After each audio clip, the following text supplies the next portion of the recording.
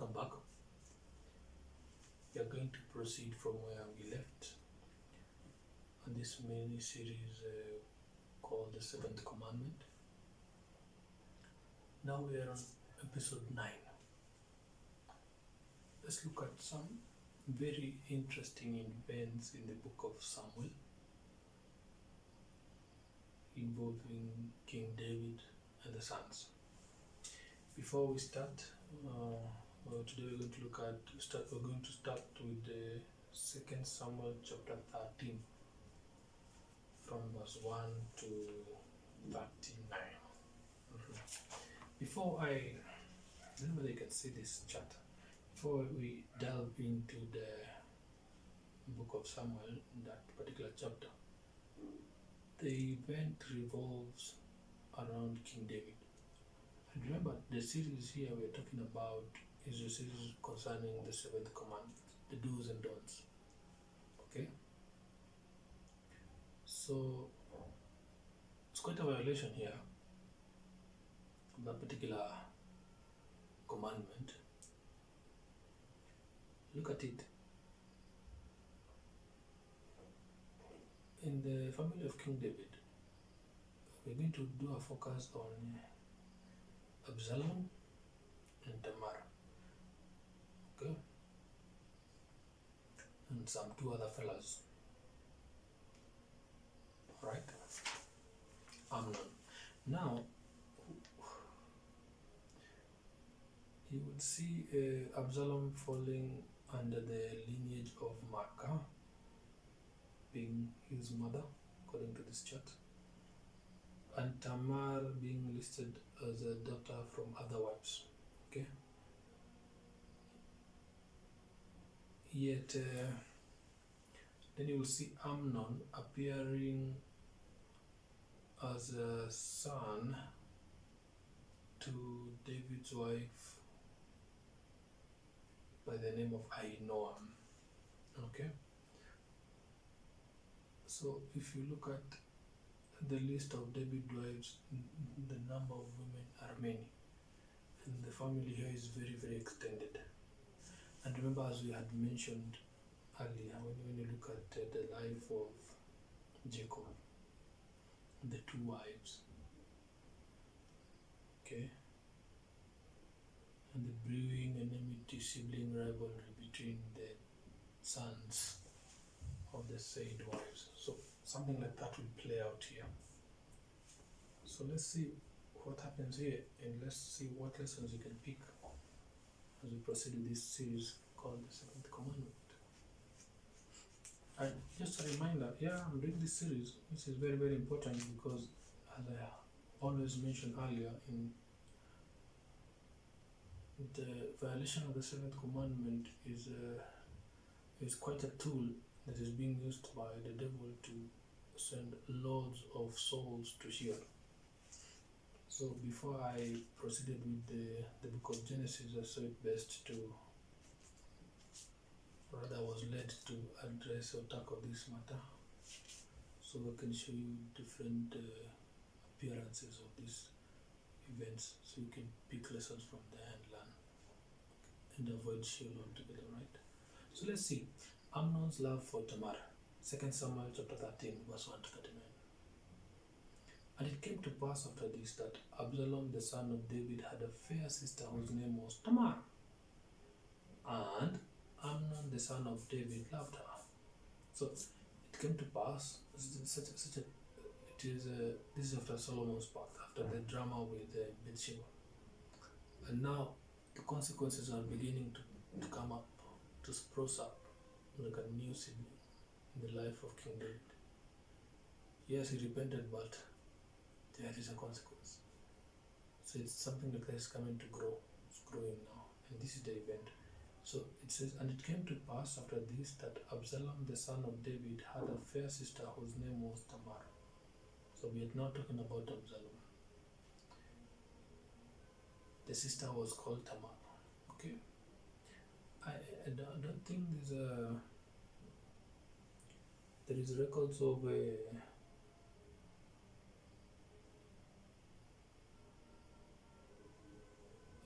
of the parents of Tamar, but the event is as simple as this. So now you see you have another son called Amnon, the son of David, who loved Tamar.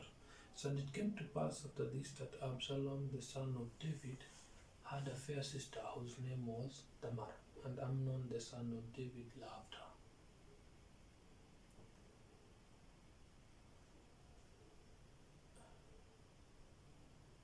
her. So in the beginning is now love. Let's see what verse 2 says. Already there we have a couple of violations of Leviticus and the rules of Moses. See, here is now falling in love with his sister. Who's the stepsister? Stepsister? I think so. So verse 2, and Amnon was so vexed that he fell sick for his sister Tamar, for she was a virgin, and Amnon thought it hard for him to do anything to her. The vexing is because back in the mind of Amnon, he knows there are rules and regulations governing marriage to sister, so he's being vexed. I also want to put a pinpoint on Tamar. Okay, let's see. And this is a very dangerous topic because it involves rape. Is the lady having a role to play, and is the gentleman having a role to play? So in this scenario, the initiator of this whole event is Amnon. Okay, who is being vexed. Now he's feeling sick for the sister. Okay, lesson number 4. But Amnon had a friend whose name was Jonadab, the son of Shimea, David's brother. And Jonadab was a very subtle man. Calm man called Jonadab here comes up. Okay.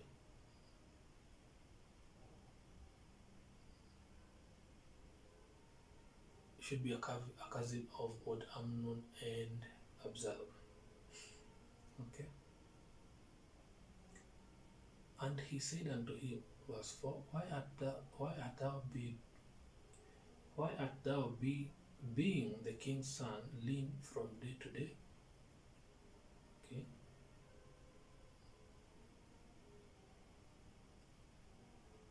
Wilt thou not tell me? And Amnon said unto him, I love Tamar, my brother Absalom's sister. And Jonadab said unto him, lay thee down on thy bed and make thyself sick.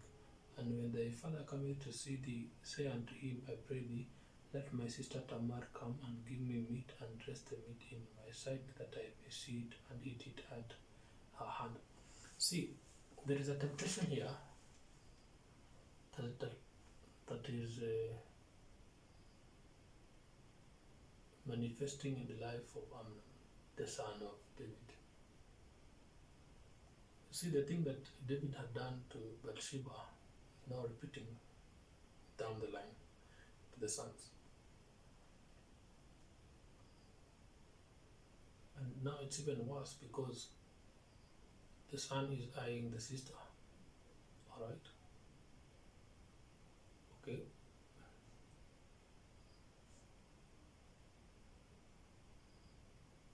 But there's no record of it being written that Tamar was interested.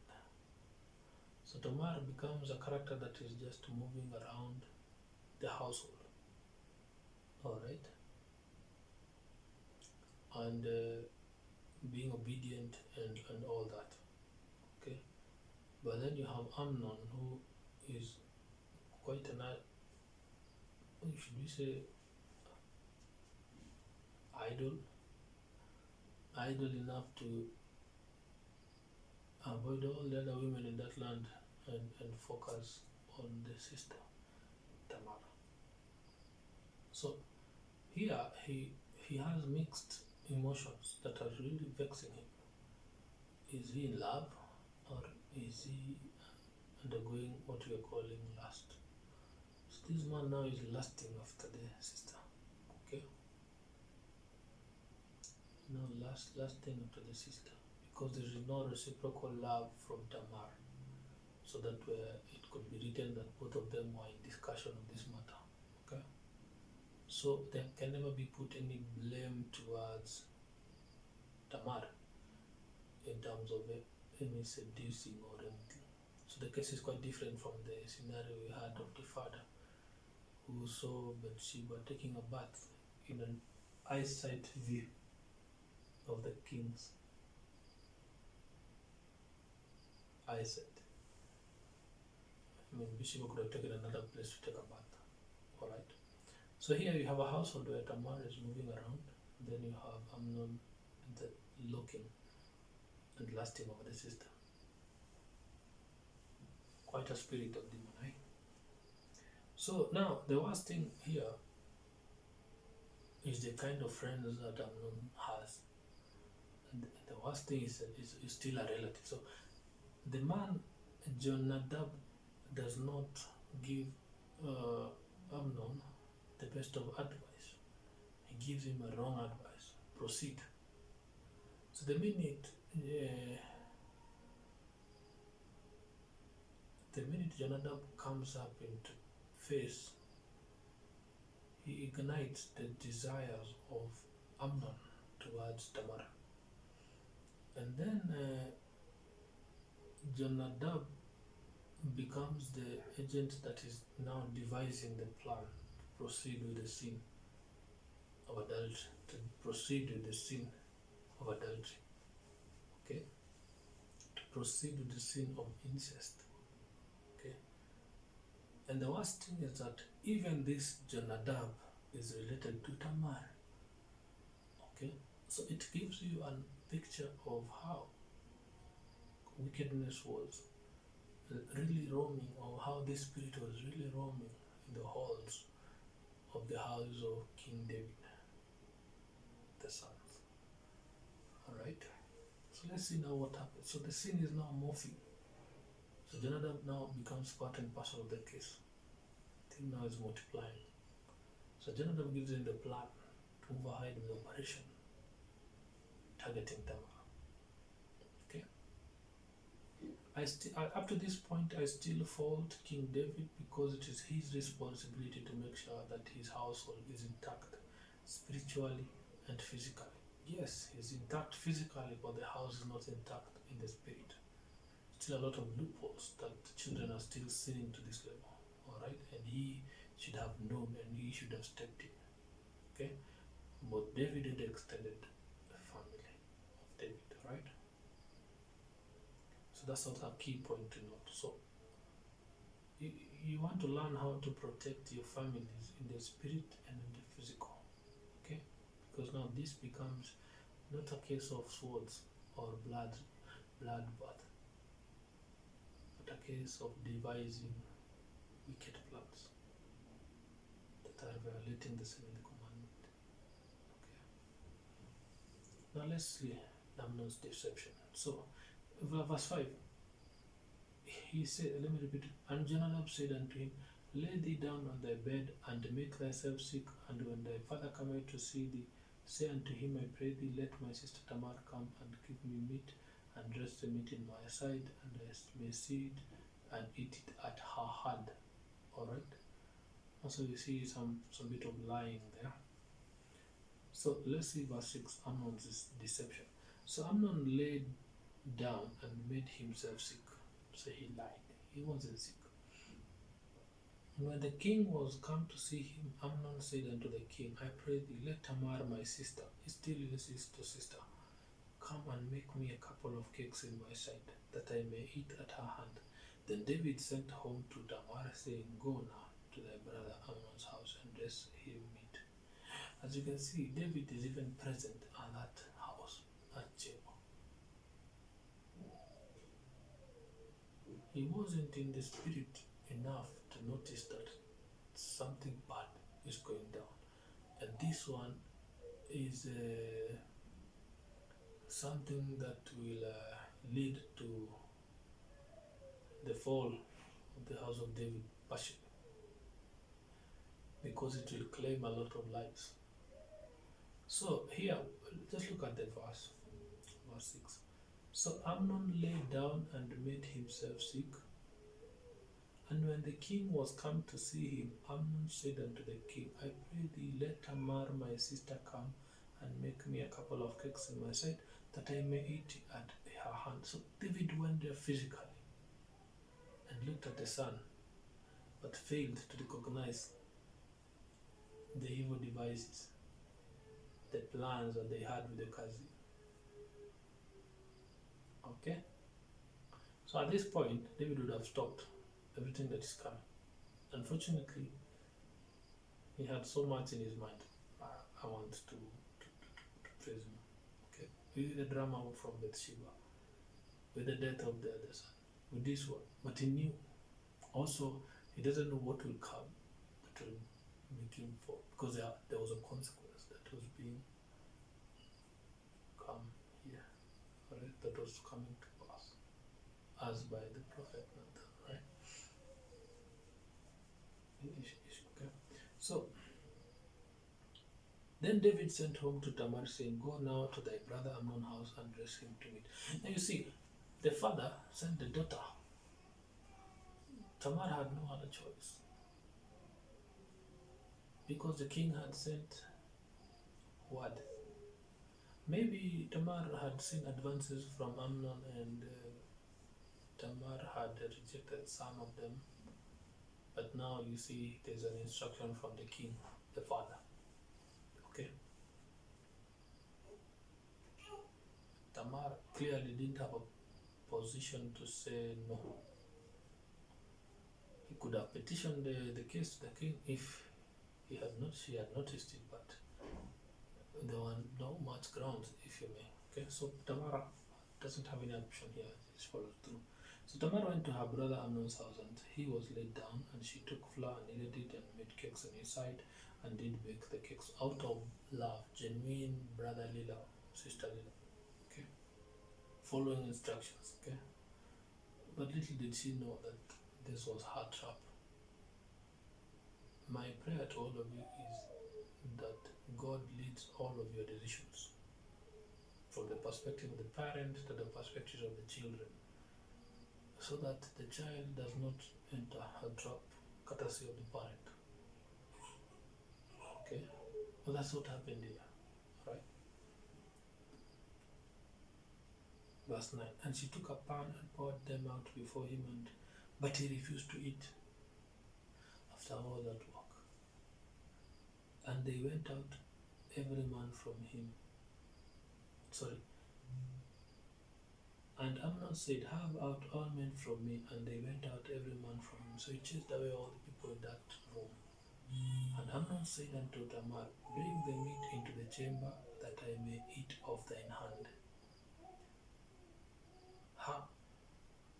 Bring the meat into the chamber, that I may eat of thine hand. And Tamar took the cakes which she had made and brought them into the chamber to Amnon, her brother.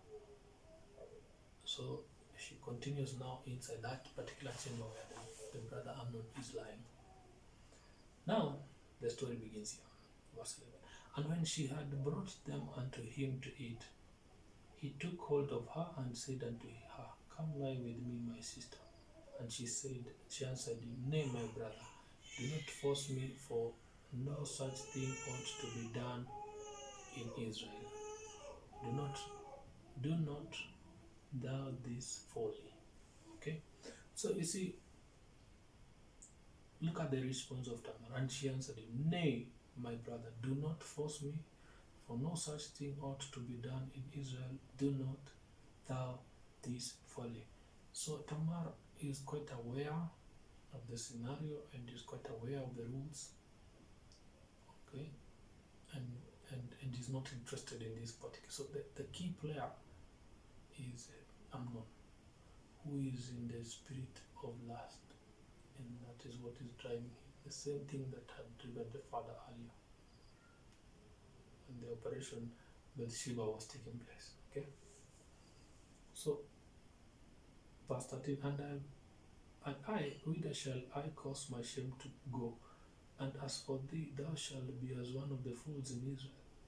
Now therefore I pray thee, speak unto the king, for he will not withhold me from thee. So Tamar approaching this in quite a diplomatic manner, trying to reason with Amnon. What will happen to the shame of Amnon? What will happen to the shame of Tamar if this thing goes through? Even advising Amnon, look, try to speak to King David. Maybe he can do this the right way. Okay? If possible, you see. Howbeit he will not hearken unto her voice, but being stronger than she, forced her and lay with her. Again, at that particular point, there is no point of it.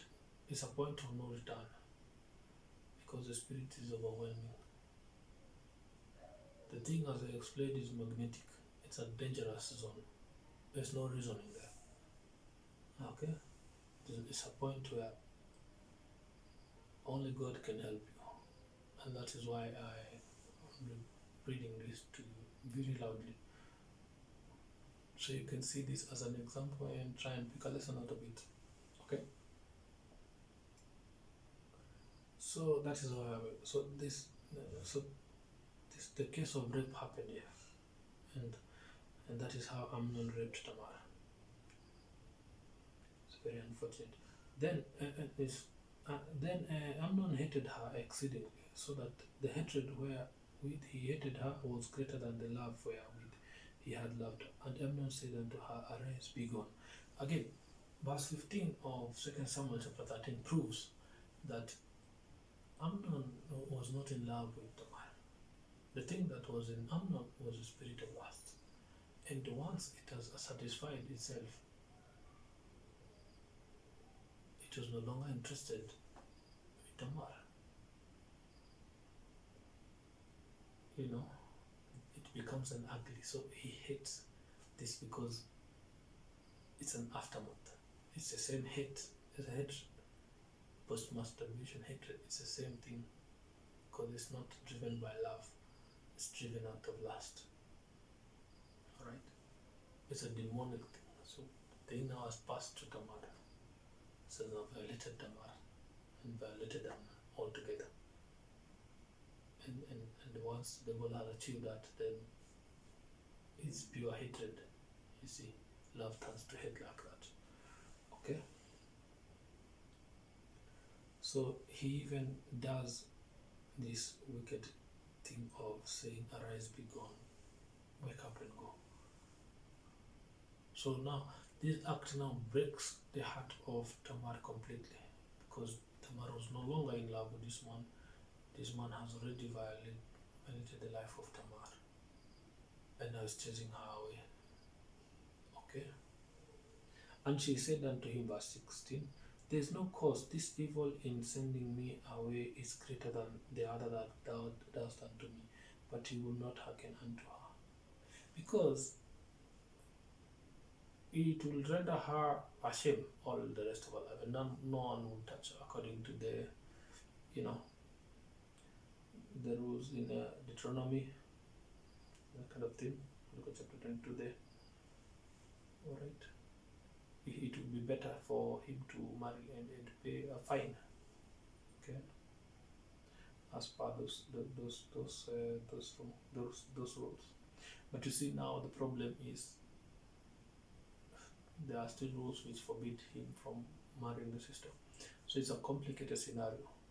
So now he has come into his senses and he knows. So yeah. Then verse 17, then he called his servant that ministered unto him and said, Put now this woman out from me and bolt the door after her. My goodness. And Tamar is still hearing that thing. I'm assuming he's still doing the same hour after the act. And it's very painful to the lady called Tamar. Alright? Now it's becoming depressing. Traumatizing is the word to use. Verse 18, and she had a garment of diverse colors upon her, for with such robes were the king's daughters that were virgins apparel. You see, there were clothing about her that made her be identified as a king's daughter and a virgin.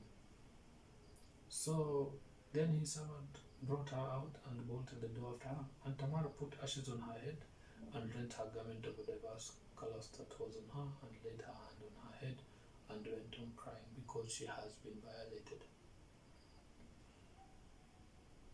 Verse 20, Absalom bides his time.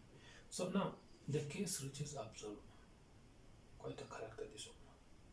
Because now this one will be the tool of torment for David. Because of the operation Bathsheba. So, and Absalom her brother said unto her, hath Amnon thy brother sinned with thee? But hold now thy peace. Sorry, hath Amnon thy brother been with thee? But hold now thy peace, my sister, he is thy brother, regard not this thing. So Tamar remained desolate in her brother Absalom's house. Absalom here is trying to deal with it amicably, in a quiet manner, in a way that will not bring a lot of violence other times. So it's now time for revenge. But when you see now, you have the same scenario with one of the daughters of Jacob here, okay, who was also raped in the places of Shechem and all that, right? The revenge is brewing. But when King David heard of all these things, he was very wroth. And Absalom spake unto his brother Amnon, neither good nor bad. For Absalom hated Amnon, because he had forced his sister Tamar. Alright? So let's see verse 23, what happens there. Absalom is now going to plan how to kill Amnon.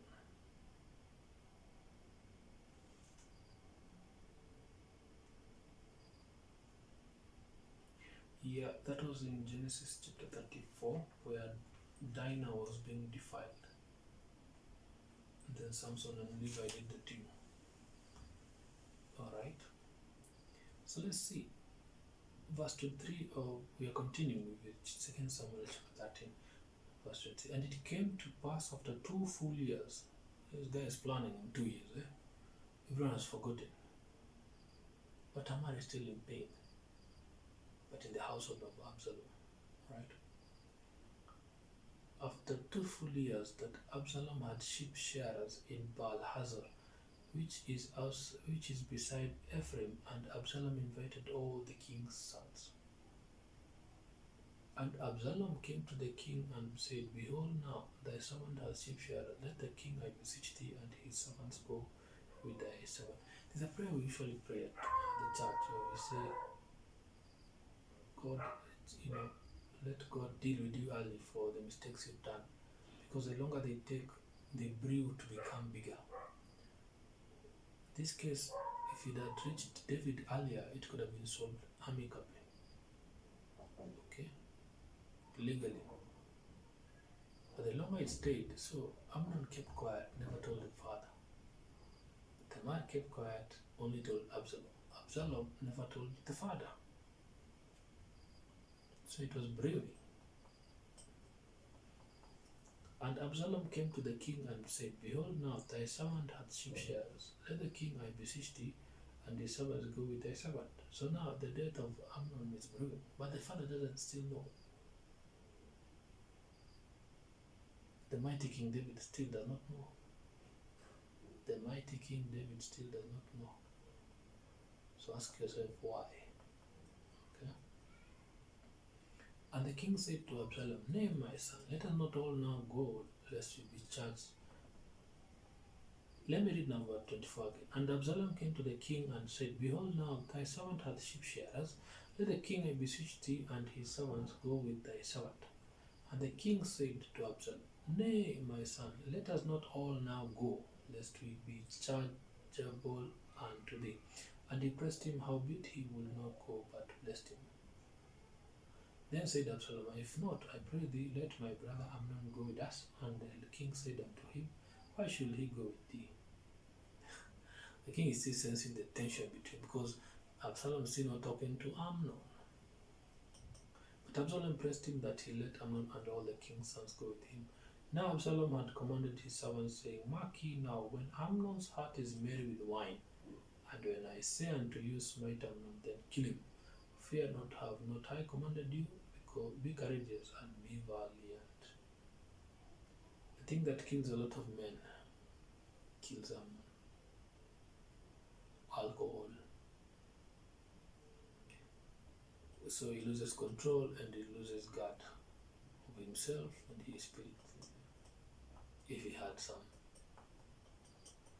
left in him anyway. And the servant of Absalom did unto Amnon as Absalom had commanded. Then all the king's sons arose, and every man got him up upon his mule and fled, because the party has become now violent. It's going down. Let's go, man. So everyone now flees. Where? Back to the king. Verse 30. And it came to pass while they were in the way, that tidings came to David, saying, Absalom hath slain all the king's sons, and there is no one of them left. The king arose and tore his garments and lay on the earth, and all his servants stood by with their clothes rent. So is this that, and it came to pass while David there were, the tidings came to David, saying, Who is this that sent these false tidings? Then the king arose and tore his garments, because the king thought that everyone is dead, and lay on the earth, and all his servants stood by with their clothes rent.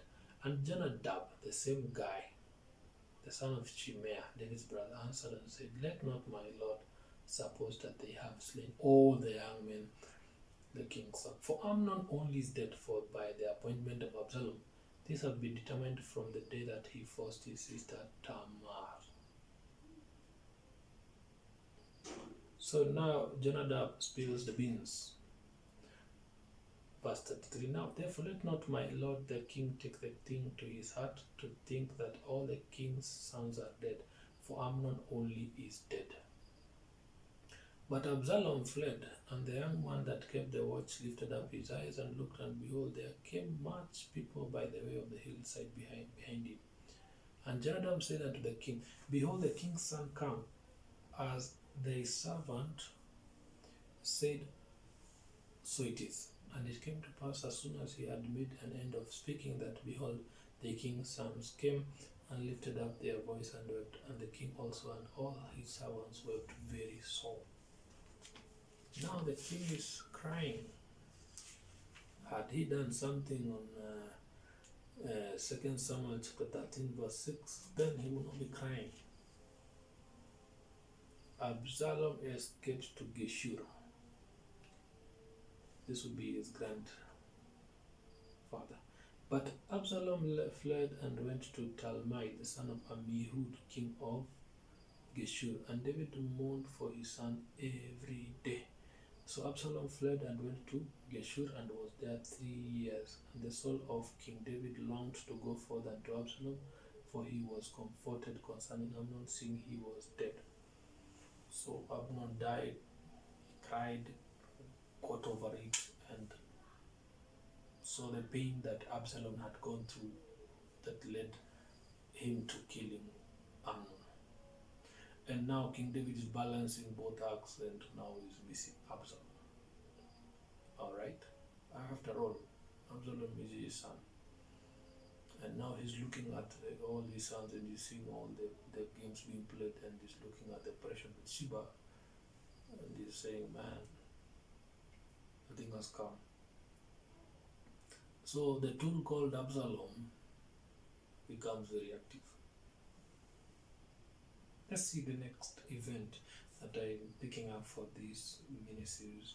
That we'll see in the book of 2 Samuel chapter 16 verse 20 to 23. Ahithophel's counsel. Then said Absalom to Ahithophel, Give counsel among you what we shall do.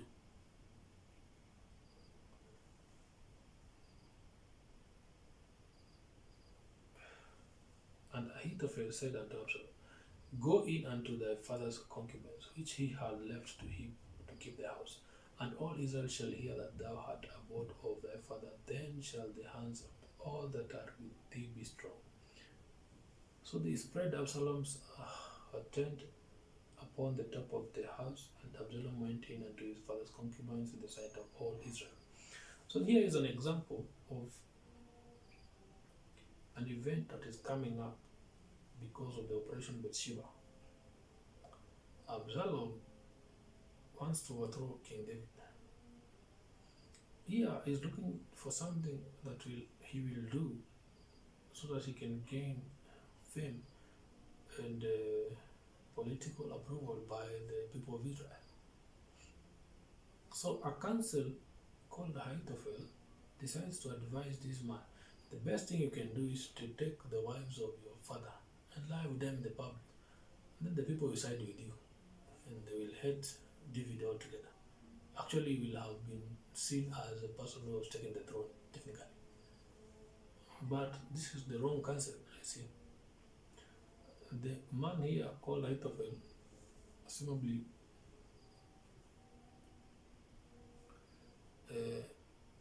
being the person with like an oracle of God, gives him an advice that is prostitution. Actually, now he's telling the son to do an act of pornography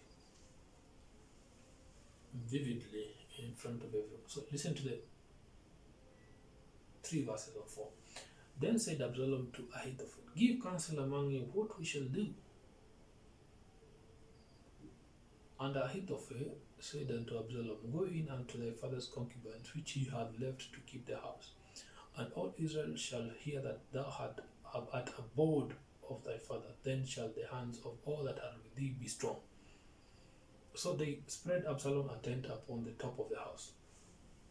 And Absalom went in unto his father's concubines in the sight of all Israel.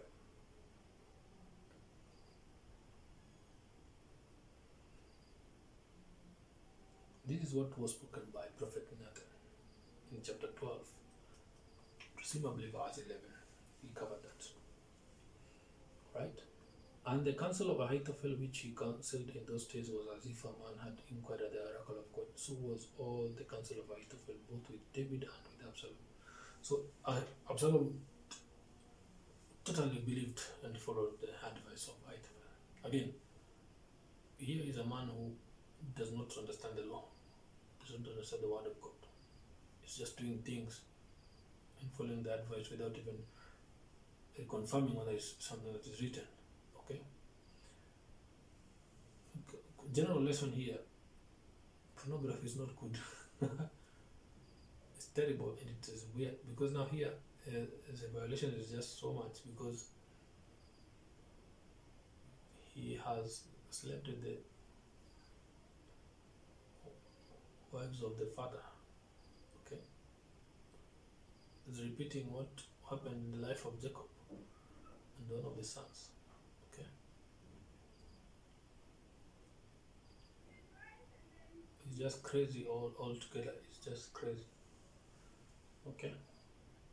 So that is what happens here with Absalom, right? Something else we could pick from there, but oh yeah, you want to choose the people who are giving you counsel. You want to cross-check each and every counsel which are being given, especially at this age where we have a lot of prophets coming up. So you want to check whether the word you're receiving is biblical, or can it be backed by anything or any event in this book called the Bible, or it's just hearsay, All manner of prophetics from true prophets are backed by the word, because events here repeat themselves in our time. Okay?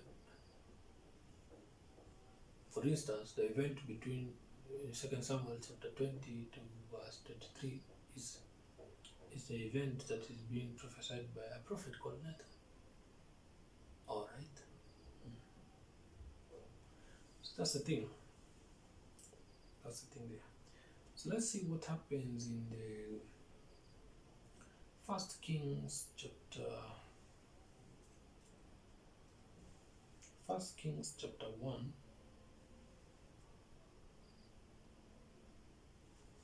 verse 1 to 4. First Kings chapter 1, verse 1 to 4.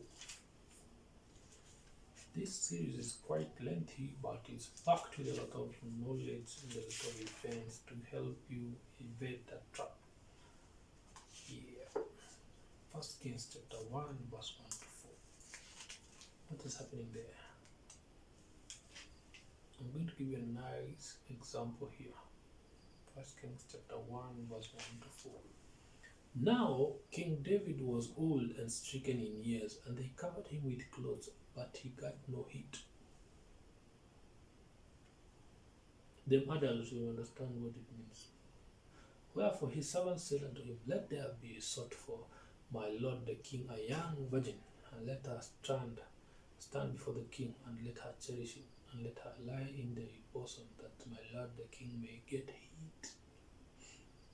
So they sought for a fair damsel throughout all the coasts of Israel, and found Abishag, a Shunammite, and brought her to the king.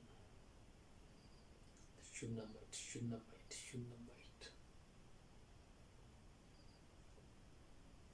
And the damsel was very fair, and cherished the king, and ministered to him, but the king knew her not. Basic wisdom here.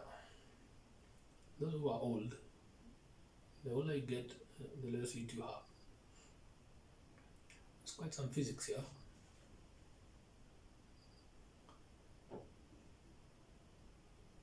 But it is more of giving King David a companion who will home his bed, so that he doesn't feel alone, therefore giving him a reason to live more years. Okay. That's the whole point of marriage, alright? But in this scenario, King David does something very interesting. And that is in verse 4. And the damsel was very fair, and cherished the king, and ministered unto him, but the king knew her not. But the king knew her not. But the king knew her not. So this lady is like a concubine, yet is not like a concubine, because the king knew her not. It's quite an honorable thing done by King David here. Okay? Because we don't see any more drama from the damsel.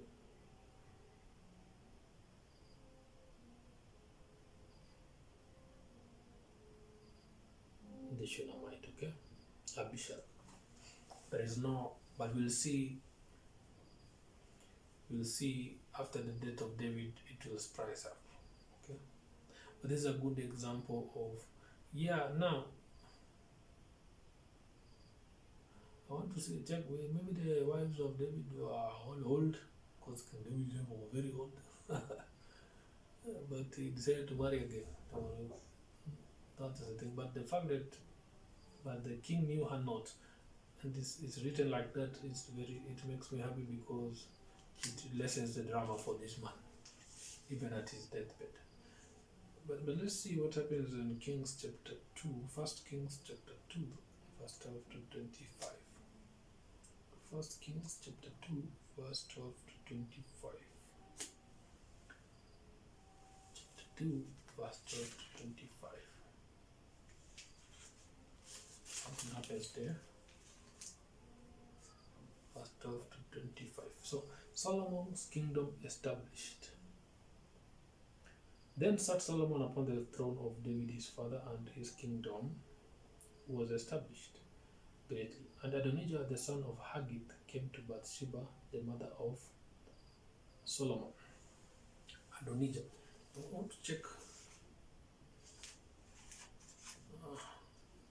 something here in this chat I had. Adonijah becomes it's like a brother. It's the brother for Solomon by the mother Haggith. Okay.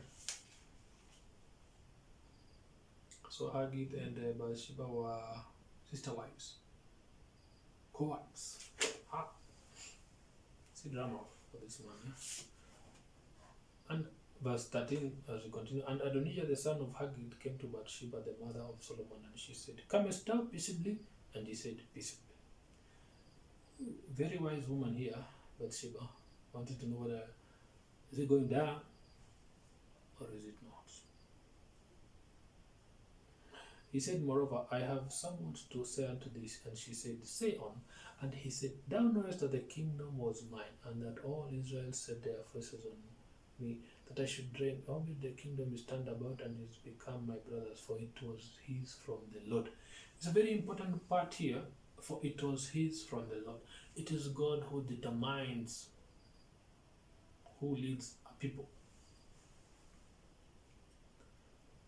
It's quite a nice conversation we'll do later when we're talking about wars and kings. Verse 16, and now I asked one petition of thee, deny me not. And she said unto him, Say on. And he said, Speak, I pray thee, unto Solomon the king, for he will not say thee nay, that he give me Abishag the Shunammite to wife. That becomes a very disgusting statement from this guy called Adonijah. And Bathsheba said, Well, I will speak for thee unto the king. Bathsheba therefore went unto King Solomon to speak unto him for Adonijah. And the king rose up to meet her, and bowed himself unto her, and sat down on his throne, and caused a seat to be set for the king's mother. And she sat on his right hand. It's very good respect there. Verse 20, and then she said, I desire one small petition for thee. I pray thee, say me not nay. And the king said unto her, Ask on, my mother, for I will not say thee nay. And she said, Let Abishag the Shunammite be given to Adonijah thy brother to wife. Adonijah is coming to Bathsheba to bargain a deal that will be a sort of an exchange, the kingdom for the kingdom of Israel, or for this kingdom, for Solomon's kingdom. And now he's coming to talk to the mother. Then in return, it's like a defeated person coming to negotiate something for the table. So in return, he wants that lady called Abishag. Adonijah's death.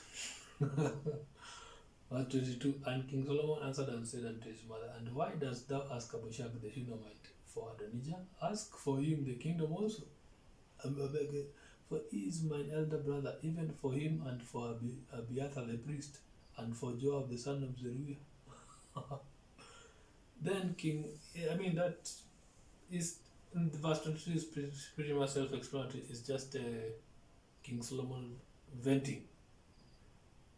And very pissed about this matter. Then, and the whole verse is, I can even hear it in Kikuyu. Causing all the drama and talking and giving feedback is quite an extent there. Verse 23. Then King Solomon swore by the Lord, okay, saying, God do so to me and more also, if Adonijah have not spoken this word against his own life. If only you're going to keep quiet. Now therefore, as the Lord liveth, which hath established me and set me on the throne of David my father, and who hath made me an house as he promised, Adonijah shall be put to death this day. And King Solomon sent by the hand of Benaiah, the son of Jehoiada, and he fell upon him that he died. You see, there are terms and conditions in this thing. Let's look at Exodus 20. As we wind up this episode, again, I cannot do much longer episode because why? Because of storage challenges. So I have to partition them like that. I'm not into live videos, so yeah. Let's look at the 10 Commandments.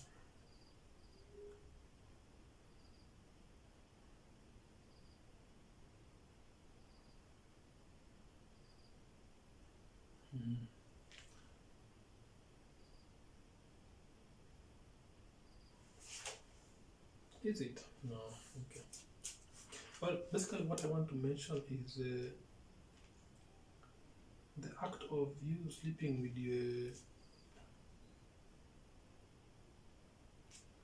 the act of one person sleeping with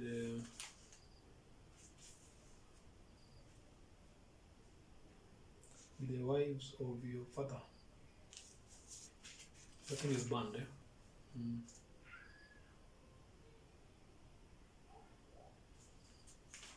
That thing is banned.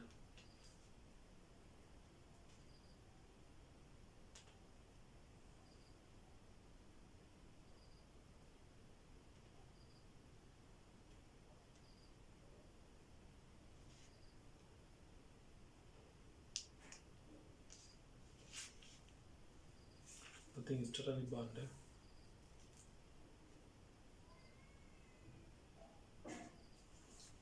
So and that's the thing that causes Adonijah to be killed. As simple as that. That's the thing that causes him to be killed.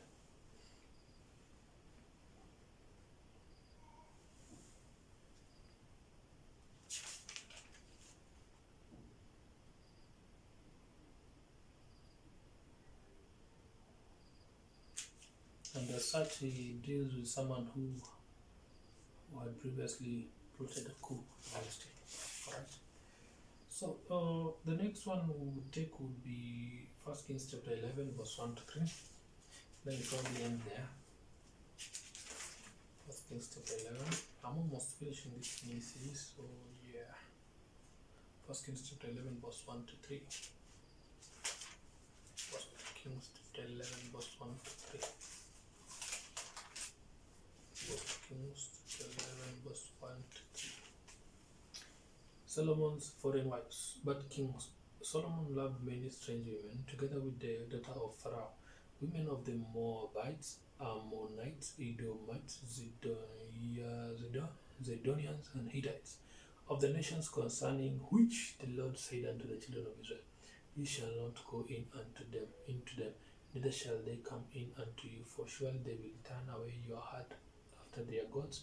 Solomon clave unto this in love, and he had 700 wives, princesses, and 300 concubines, and his wives turned away his heart. Brothers and sisters, children and servants of God, all people of God, the second commandment is quite a command, and as revised as it is by Jesus Christ. You know, when you look at Matthew chapter 5, 27, 28, thereabout, it's a dangerous thing because look at, it's the same thing. So the book of 1 Kings chapter 11, verse 1 to 3 describes simply the fall of King Solomon. He violated it.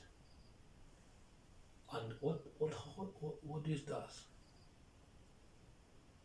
it turns away your heart from God to them. Pure corruption as it is, okay? And when you do it with one, with two, with three, someone, it took 1,000 of them, technically speaking, to turn away his heart from God, and he would suffer greatly. Alright, I know there are several books out there about how now his life after God has left him, and how he was living life with demons, and how he did survive. Okay? But what we have in the Bible is this text, as simple as that. Okay.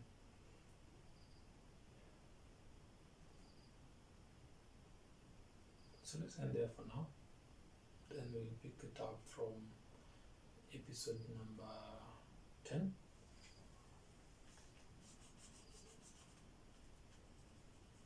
Where we'll see what happens in 2 Kings chapter 9, verse 14 to 37.